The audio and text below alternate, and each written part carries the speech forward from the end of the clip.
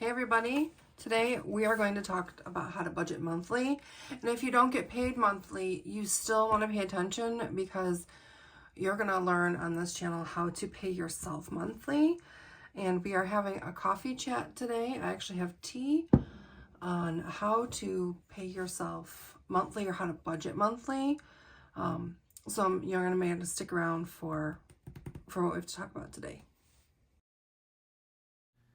Hi everybody, my name is Wendy, and this is my channel, Budget Pumpkin. I'm on a journey to becoming debt-free, and I'm going to do that by making better financial decisions, one baby step at a time. On this channel, we're going to talk about things like budgeting, cash stuffing, planning, dealing with debt, and some savings challenges. If you'd like to follow along, please subscribe, like, and make a comment in the video. Thanks for being here. Okay, first things first, it's a coffee chat, but I don't have coffee, I have tea. It's kind of in the evening. I have an herbal tea, Tazo Passion Tea. It's really, really good, and I just poured this, so it's super hot. So we're gonna come back to that, and we're gonna get into how to budget monthly. Now, why do you want to budget monthly? It makes the cash flow easier. And quite frankly, getting paid monthly, if you're a month ahead, so say you're using January's income to pay February's bills, you are budgeting by the month anyway. So this is really the foundation for every other pay rate. And we're going to have subsequent videos on being paid weekly, bi-weekly, twice a month, and a variable income. I think that's how most people are paid in addition to being paid monthly. I've been paid all those other ways. I've never actually been paid monthly, but the way I set up the budget is to kind of get paid monthly. Let's see if I can get you a little bit closer. I like to turn this so I can write easier. So what we're going to do is, this is going to be a made up budget just for the what we're doing here. Okay, and we're going to simplify some things. So say this is budget, we've already made our money in January. Most people I know that are paid monthly are either paid on the first day of the month, the last day of the month, or the 15th of the month. I've never really heard, or sometimes I've heard of the 20th of the month. Other than that, if you're paid monthly, hopefully you can use this money to pay for your next month's bills. Now, if you're being paid monthly and you're paying, you're like living paycheck to paycheck, at the end of the video, we're going to talk about some strategies to how you can kind of work with that too and get ahead. So this budget is what flows in during a month and what flows out during the month. And then we're going to talk about if you're not a month ahead, how to get a month ahead. So we're going to kind of use some of my numbers as the basis just so we don't have to totally make up a new budget. But say you're bringing home $7,000 per month, and we are using like our regular budget sheets. Oh, I did something to my camera. Okay, we are using our regular budget sheets, our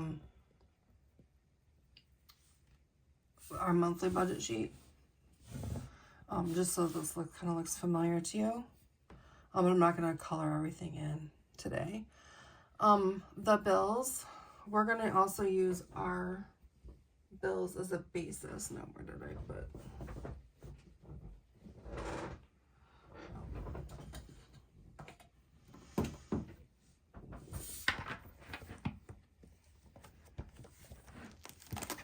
So we're going to work off of our current bill calendar. So let's show you that really quick. So this is what we currently pay. Internet $90, our gas and electric is $250, our water is $40, our cell phones are $300. We save $75 a month. We have $320 a month we save for car insurance. Car payments $300. Mortgage is $1150, and our loan is $1,500. So this is everything that we pay out in a month. So we're going to just fill this in here. And I'm going to kind of fill it in how I have it. So the 1st, the 5th, 7th, 11th, 15, 15th, 16th, 25th, and 25th. Now, once you get to one of my big goals is for getting a month ahead is because, oh, excuse me, these dates kind of don't matter because you have the money before the month starts. So on the 1st we pay our internet of $90. On the 5th we pay our gas and electric of $250. On the 7th we pay our water, and that is $40. On the 11th we pay our cell phones, and that's $300. On the 15th we do our savings of $75 per month, and car insurance of $320. Our car payment of $300. Our mortgage of $1150. And actually I'm going to put our loan payment over here. So on the 25th we pay our loan, and that is $1,500. Okay. So I have where we kind of added all of these up. So all of these items here add up to $2,525. This adds up to $1,500.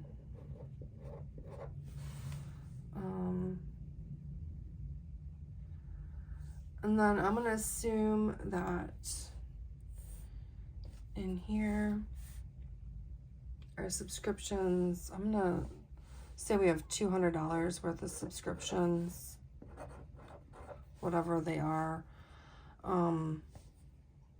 Let's see how we're doing. So we have an income of $7,000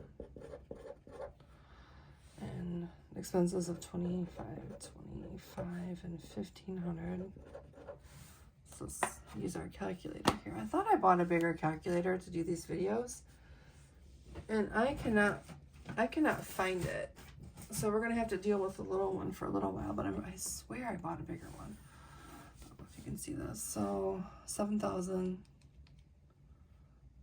there we go, minus 25 is 4,475, minus 1,500 is 2,975. So I'm just gonna kind of write this small that we got this left, 2,975 minus 200 is 2,775.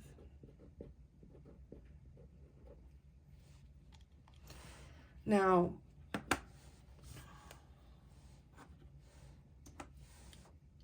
I'm gonna assume we're not saving anything here, just to make it easy for the moment.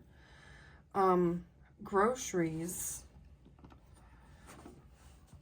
we spend $150 per week times 52 weeks is $7,800 a year. I'm going to divide that by 12. That's $650.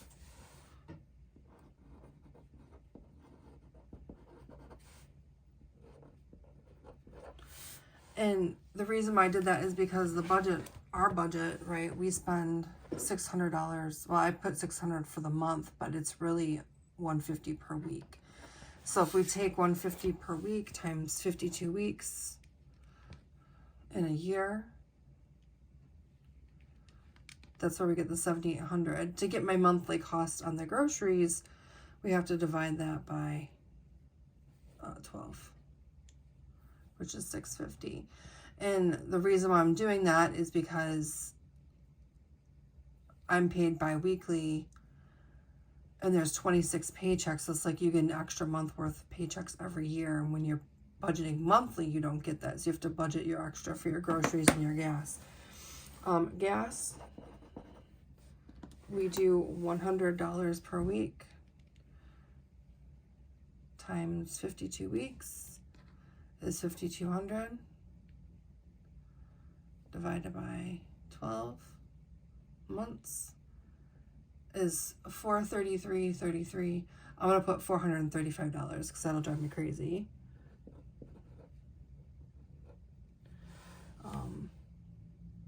So spending money, him and me and our date night money,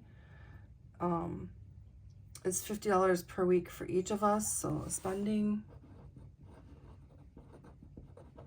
so that added up would be $150 per week times 52 weeks is $7,800 divided by 12.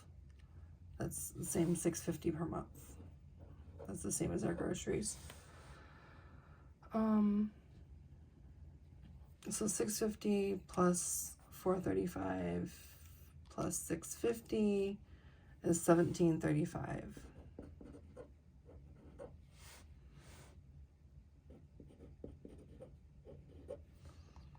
So 20 over here, $2,775 minus the $1,735 is $1,040. So each month we have about $1,000 and $1,040 that we're gonna put under other.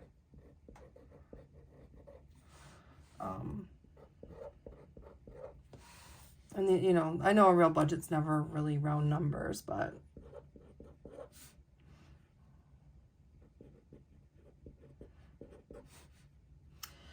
so but we'll say that this is sinking funds that we keep in the bank. So this could be driver's license, you know, vacation fund, household fund, whatever we use it for. But we basically have like down here, this is like personal spending. That's how I track it. And if you go through my budget with me, like this is the real numbers in my budget. And so I'm basing this fictional budget off of my budget. So, but you know, this could be sinking funds. It could be money to spend however you want. But we know that going into this month, we only have this much money to allocate. And so once we pay all of our bills and all the things that we need to live, right? We need all of these things to live. Well, maybe not our savings, but I treat that as a bill. But we need to pay all these things every month. We need to pay this loan every month. These are the subscriptions that we chose. If we have fewer subscriptions, we can have more money here. Or if we want more subscriptions, we have less money here. And then this is what we need for groceries, gas, and then like personal spending. Again, that's me, my husband, and our date night fund. So this is what we need to live. And then this other can be, like I said, you can save it for whatever you want. Like on my sinking funds here, like in my personal budget, I've got my driver's license and plates. My husband's a nurse, so he has to get a professional license, vacation fund, medical fund, auto repair, home repair, household expenses, which I count like toilet paper and anything that we need for the house. Like say we, you know, need a new frying pan or something, comes out of that, whereas home repair is more repairs to our home. And then an education fund. So that's what I save here. And then if we have overspending, I also put it here. So this is what a monthly budget looks like. Now, if you're doing this, hang on, it's tea time, hang on. If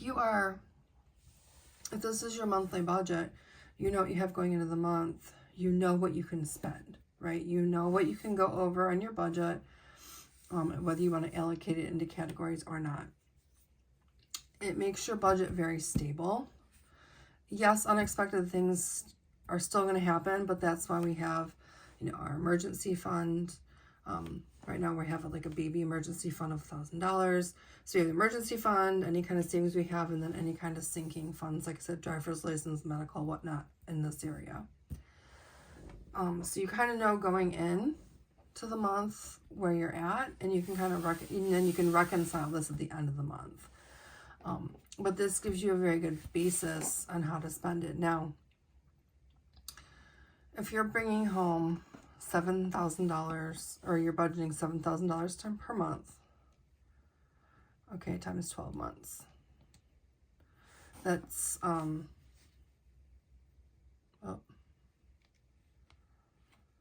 you know what? Yeah, no, that's right. 7,000 months. 7,000 times 12 months. So that's $84,000 per year. So that's what this budget's based on. Bring home pay, 84,000. Now, the problem about being only paid once a month is, how would you get a month ahead, right? How do you make sure that you're using January's money to pay February's bills? So if you're bringing home $84,000 per year, you're going to divide it by 13 instead of 12. So now you want your budget to work at $6,461 per month. So we'll say like $6,500 per month.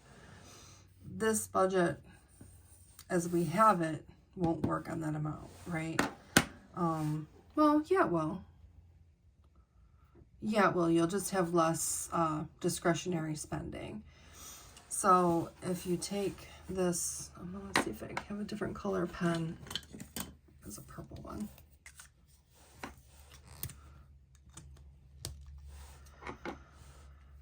So this is how you get ahead. You take your bring home, right? Add it all up for the year and then divide by 13. So now we're going to say we're bringing home $6,450, right? So $6,450 down here. Our expenses are pretty much going to be the same. So $6,450 minus $2,525 is $3,925 minus $1,500, $2,425 minus 200 is $2,225. Then I'm going to minus this, minus $1,735 is $490, so this becomes $490. So if we take all these and subtract them, we would still be at a zero-based budget. We only have $490 of discretionary income instead of $1,040. Well, I say discretionary, you would be saving into your sinking funds and things like that. But at the end of the year, you're going to have that 13th month of income. So you basically, my money goes into the bank. I use a software called YNAB, You Need a Budget. And that's what helps me manage when my money's coming in, when it's going out. Some people will take all their money, put it in a savings account, and then they'll just allocate themselves $6,450 into their checking account. They might keep a couple $100 like buffer in there just so they don't overdraw. But yeah, put all their money in their savings, and then at the first of the month, take this money, move it to their checking account, and then let the bills come out and let the bills flow. So that's how you get a month ahead when you're being paid monthly. So I hope this makes sense, but this is kind of, like I said, this is the basis of whether you're paid weekly, bi-weekly, bi-monthly, or have a variable income. Knowing what you have, what you can spend in a month is pretty freeing, and it's healthy because you know what you have to spend. And you're a lot less likely to impulse purchase. So this is our monthly sample. I'm going to write this here.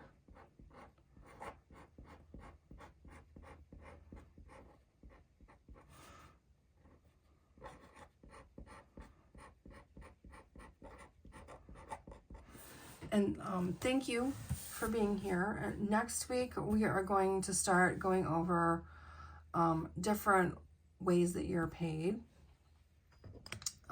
So like if you're paid, we do bi-weekly all the time because that's how my husband and I are paid. But we're going to go over twice a month, weekly payment, how to set up your, so this is like your monthly budget, and then we do a, it's called our paycheck cash flow worksheet. So this is like mine from our check on December 29th. This is my paycheck cash flow worksheet from my last check on January 12th. This next page is going to be for January 26th because we get paid this Friday.